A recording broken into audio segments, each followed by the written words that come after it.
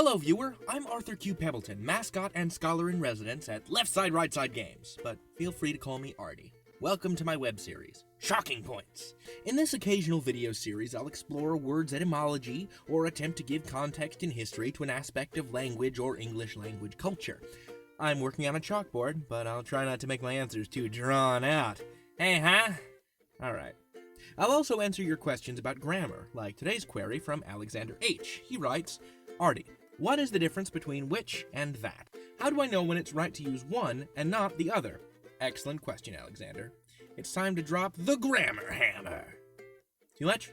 Okay, yeah, that's kind of dumb. What's the difference between which and that? I should preface this by saying that if you live in the United Kingdom, or the Republic of Ireland, or Australia, or New Zealand, or India, or South Africa, or most other places where they speak English, this whole discussion is unnecessary, because the English speakers of your countries don't make a distinction between these two words. Americans and Canadians, though, please, stay with me if you would. Let's start at the beginning. Which and that are both relative pronouns. What's a relative pronoun, you ask? It's a type of pronoun that connects two clauses. But, generally speaking, that connects to a restrictive clause, and which connects to a non-restrictive one. Let me explain. Let us take the example of, a house. A lovely two-bedroom house, yeah. A little chimney, gambrel roof, the whole bit. Little happy sun up in there, yeah, perfect, okay. The house that I drew with a chalk marker is white. That's a restrictive clause right there in the middle. You see, that sentence's meaning is narrowed by that clause, the that I drew with a chalk marker part. Without that clause, I could be talking about any old house. That connects my sentence to a restrictive relative clause that narrows the point of my sentence. A cat that can drive a car is a menace to America. Without the that and everything it's connected to, that sentence just says, a cat is a menace to America. And whether or not that's true is not up for discussion today.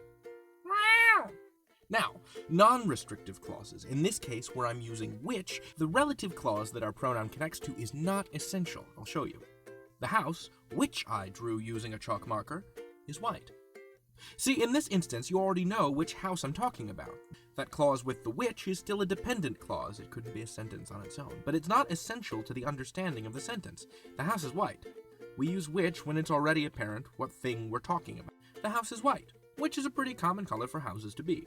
The word which is also usually blocked off somehow by a piece of punctuation, like a comma, a dash, or a parenthesis, which is a punctuation mark prone to digressions, like that one. So, to recap, restrictive, that. Non-restrictive, which. No punctuation, that. Yes punctuation, which. Make sense? Good. And time for a monkey wrench, the exception that proves the rule. The exception here is when which is the object of a preposition. Then it's also restrictive and narrowing. The sword of which I speak is located in a magic rock in a hidden forest, that kind of thing. That narrows the intent of our sentence. We're talking about a particular sword here. The sword about which I speak is the same sword that we need to defeat Morlock the Unspeakable. In both cases, these relative pronouns are being used in a restrictive sense. And remember, grammar is cultural. It changes, just like everything else about language. If you can find a good reason to bend it, then do so, but be prepared to take some flack for it. Alright, I think that just about does it for us today. I'd like to credit the 16th edition of the Chicago Manual of Style for all its help today. Thanks, Manny.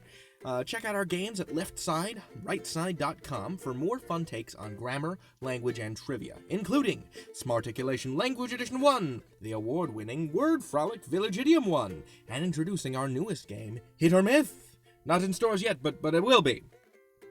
Laugh. Learn. Light up your language. I'm Artie Q. Pebbleton. I'll see you around.